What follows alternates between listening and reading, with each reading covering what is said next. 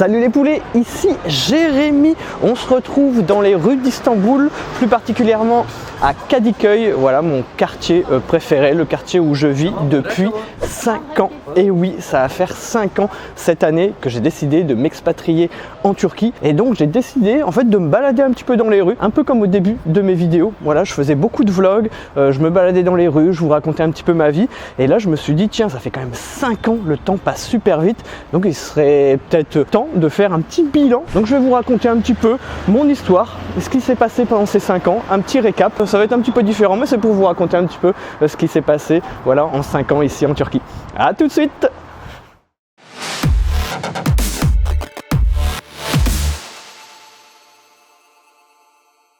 Comme je vous le disais dans l'introduction de cette vidéo, je vais vous raconter un petit peu mon histoire, ce qui s'est passé ici en Turquie pour voilà, un expatrié français. Je n'ai aucune connexion avec la Turquie à la base. Voilà, moi j'ai juste décidé de m'installer de mon plein gré, voilà, parce que je suis vraiment tombé amoureux du pays, des gens, de la population, de la mentalité, du style de vie à la turque tout simplement. Et il faut savoir qu'avant ces 5 ans, j'ai eu l'occasion de faire un petit tour du monde et c'est vraiment la Turquie, mon pays préféré. Donc avant de commencer, n'hésitez pas, hein, voilà, si vous regardez cette vidéo, si vous n'êtes pas encore abonné à ma chaîne, à vous abonner, voilà, juste en dessous de la vidéo, à mettre un petit pouce gris en l'air, ça fait toujours plaisir, et activer la petite cloche pour recevoir des notifications à chaque fois que je publierai une nouvelle vidéo. Pour la petite parenthèse aussi, n'hésitez pas à me suivre également sur Instagram et sur TikTok, mes 2 réseaux sociaux. Donc voilà, donc pour reprendre, donc mon histoire avec la Turquie commence en juin 2017, même si j'ai eu l'occasion d'y aller en 2011-2012, mais c'était pas dans le but de m'expatrier et vraiment de m'installer ici en Turquie. J'ai eu l'occasion quand même de rester plusieurs mois en 2011-2012 et j'avais déjà énormément apprécié. Mais après voilà, j'ai fait un petit tour du monde pour découvrir d'autres pays et au final, c'est vraiment la Turquie qui m'a attiré comme un aimant. Donc en juin 2017, j'ai décidé de venir vraiment pour vivre ici. Donc à l'époque, je travaillais en ligne, donc j'avais des activités en ligne, je créais des sites internet, je faisais du référencement. Donc c'est-à-dire comment se positionner sur les premières pages de Google. Voilà, j'ai aidé les gens à développer des business en ligne. J'ai aussi un petit peu d'immobilier en France. Je me suis aussi lancé dans tout ce qui est paris sportif à un moment donné. Donc voilà, j'ai fait plein de petits trucs sur internet. En fait, des activités qui me permettaient d'être indépendant géographiquement. Après la fin de mes études, c'était vraiment mon but. Je voulais vraiment être mon propre patron, décider moi-même de mon emploi du temps. Et donc je suis arrivé vraiment l'esprit tranquille en Turquie. Je gagnais donc des euros. Donc avec le coût de la vie ici en Turquie, j'avais un pouvoir d'achat déjà un petit peu plus important. Et il faut savoir qu'à l'époque, l'euro et la livre turque n'étaient pas du tout au même niveau qu'aujourd'hui. À l'époque, si mes souvenirs sont bons, je pense que 1 euro était égal à environ 4 ou 5 livres turcs. Et il faut savoir que maintenant, à l'heure où je vous parle, donc en novembre 2022, maintenant 1 euro égale 19 livres turcs. Donc voilà, donc ça a énormément évolué. Mais il faut savoir que c'est pas vraiment ça qui m'a fait venir ici. C'est vraiment mon amour pour la Turquie, pour les gens, le mode de vie ici, la manière de penser, le côté entraide, communauté. Ici, les gens sont pas... J'ai pas envie de dire ça, mais ils sont pas égoïstes. Voilà, ils partagent beaucoup, tandis qu'en France, on est beaucoup plus individualiste. Dans mes anciennes vidéos, j'ai déjà expliqué que ici, j'aimais bien le fait que les gens n'hésitent pas à aider les autres, même s'ils les connaissent pas. Je fais pas de généralisation, mais c'est plutôt ce que j'ai remarqué ici en Turquie. En Turquie, on a besoin d'un coup de main, on a besoin d'un lira, 2 liras parce qu'on n'a pas assez pour payer à la caisse. Et à la caisse, ils vont dire ok, c'est pas grave, vas-y, pars. Tandis qu'en France, il vous manque 5 centimes d'euros, la caissière ou le caissier ne va jamais vous dire ok, tu peux y aller, c'est pas grave.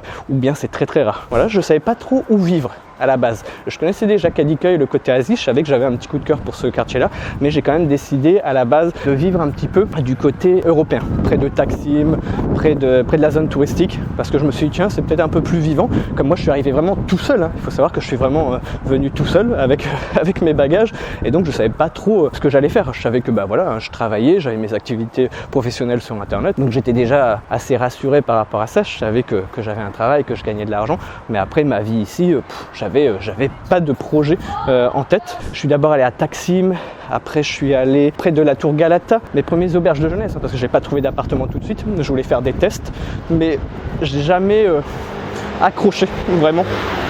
l'ambiance là-bas ne me plaisait pas trop. Dès qu'on est touriste là-bas, en fait, on n'a pas la même approche. C'est vraiment les gens, c'est pas qu'ils profitent, mais il y a beaucoup de rabatteurs en fait. On est vraiment toujours considéré comme un touriste, tandis que dans la partie Asie, il y a beaucoup moins de touristes et donc c'est beaucoup plus sympa parce que les gens, dès qu'ils voient un étranger, ils se disent pas tiens, on va le rabattre, on va essayer de lui vendre plus de trucs. C'est vraiment tiens, pourquoi t'es là?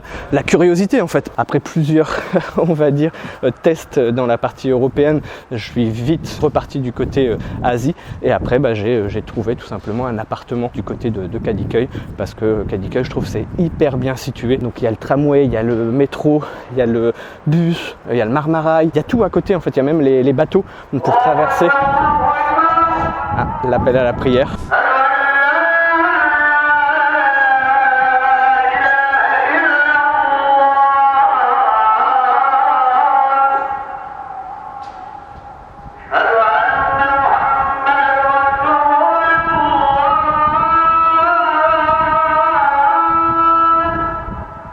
Là, comme vous pouvez l'entendre, je pense l'appel à la prière qui retentit 5 fois par jour ici. Il faut savoir qu'à n'importe quel endroit où on est à Istanbul, dans la ville, on entend le azan, donc l'appel à la prière. Et donc ça fait partie maintenant aussi de mon quotidien. À l'époque en France, c'était plus les cloches des églises qui sonnaient. Moi qui suis originaire du nord de la France, dans un petit village, c'était toutes les heures, il y a les églises qui sonnent. Et là, ici, en Turquie, c'est l'appel à la prière qui retentit 5 fois par jour. Et là, il y a le Marmaraï aussi, juste à côté.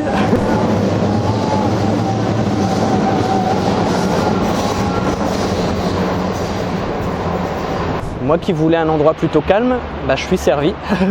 J'ai choisi mon moment. Donc voilà, l'appel à la prière là vient de se terminer. Le Marmaraï vient de passer. On se retrouve au calme pour continuer la vidéo. Donc voilà, donc après ça, j'ai bougé un petit peu en Turquie. Donc je suis allé à İzmir, je suis allé à Çeşme, je suis allé un peu partout, à Bodrum, je suis allé à Ankara, je suis allé à Bursa, je suis allé à Hatay, Antakya, dans le sud de la Turquie. J'ai vraiment voyagé beaucoup. J'ai bougé un petit peu partout, sauf du côté est. Côté est de la Turquie, j'y suis pas allé. Je me suis contenté vraiment de la partie ouest. Et le nord, je connais pas trop Trabzon aussi.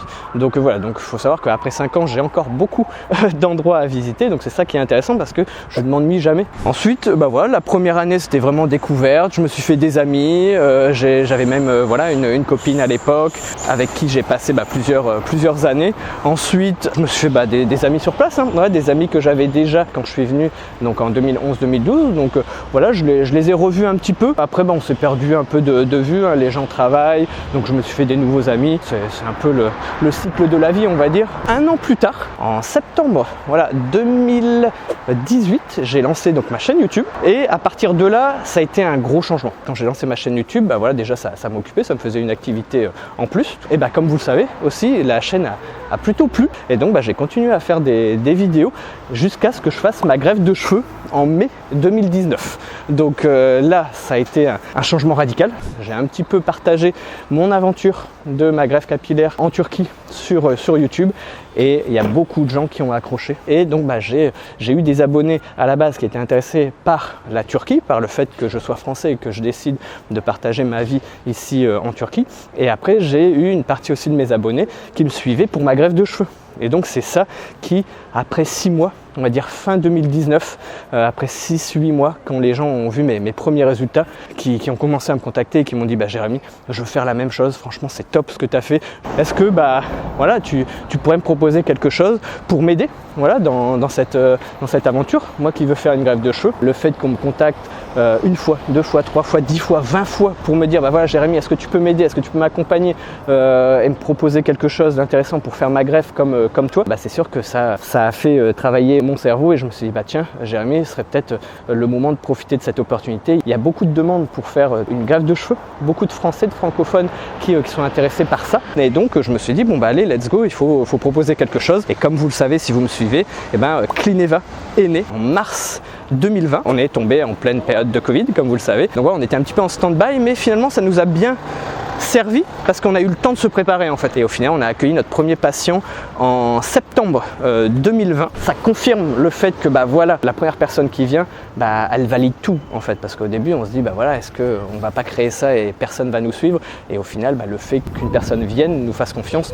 Donc je remercierai jamais JC. Voilà, JC, si tu nous regardes, c'était notre premier patient de chez Clineva, le premier à nous avoir fait confiance. Donc merci à toi. Et ensuite, le 1er octobre 2020, un mois plus tard, je lance ma vidéo en annonçant que j'ouvre ma clinique. Et là, pouf, tout le monde me contacte, tous mes abonnés veulent des informations, veulent faire un diagnostic. Et là, maintenant, si vous me suivez, vous savez que Clineva existe toujours. On est sur notre 3e saison actuellement. On accueille de plus en plus de patients. On est passé dans plusieurs médias, que ce soit des médias turcs ou des médias français. On est passé dans le JT de 20h là en 2022, en septembre 2022. Donc voilà, c'est vraiment un truc de fou. Comme quoi, chaque décision que l'on prend dans sa vie a un impact après sur le futur. Le but là maintenant, c'est vraiment de développer encore plus Clineva. On est à notre 3e année, on a déménagé maintenant, suite au reportage sur TF1, on a déménagé de clinique pour quelque chose de plus grand. On a grandi nos équipes, on accueille de plus en plus de patients. C'est un truc incroyable, être voilà, le directeur d'une clinique de greffe de cheveux en Turquie. Si quelqu'un m'avait dit ça il y a 5 ans,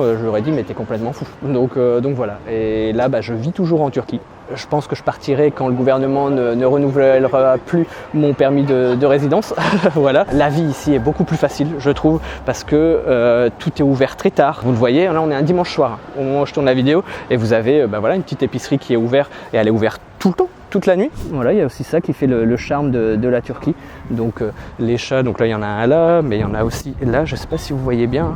Parce que là, il fait vraiment noir. Donc vous l'avez peut-être ressenti au travers de cette vidéo-là. Voilà, ça fait 5 ans, mais pour moi, c'est comme si qu'il n'y avait qu'une année qui s'était écoulée, tellement il y a de choses qui se sont passées, tellement le temps passe vite. Donc profitez de la vie. Voilà, c'est vraiment important. Moi, j'ai trouvé mon pays d'adoption, on va dire. J'espère que vous allez trouver l'endroit, la ville, peut-être pas un autre pays, mais peut-être en France, rien qu'une ville qui vous fait vous sentir à l'aise, qui vous donne envie de vous réveiller tous les matins et avec le sourire. La vie est trop courte, il faut faire des choses qu'on apprécie, il faut être dans un endroit qu'on aime bien. Si vous n'aimez pas votre boulot, essayez de changer. Voilà, je vous dis pas de quitter votre boulot dès demain, mais voilà, essayez de faire quelque chose qui vous plaît. La vie est trop courte, donc profitez-en. Donc voilà, là je vous avais dit, j'aime bien parler, là je vais quitter.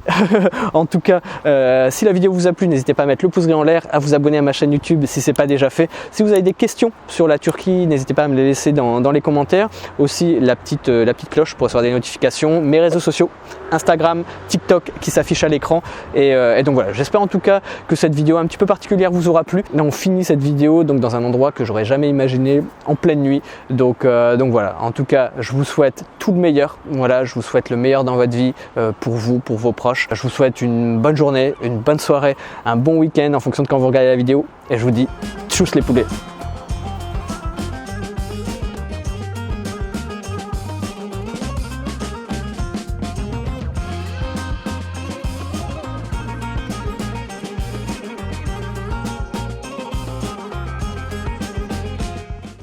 Voilà, la vidéo est terminée, mais au moins vous voyez ce qui m'a éclairé voilà, pour les dernières minutes de la vidéo. Vous pouvez faire des activités sportives. Voilà, donc voilà, et puis là je vais rentrer, hein. Je sais même pas quelle heure il se fait tard quand même. Là il est 19h, voilà, donc c'est le temps de rentrer au bercail. Salut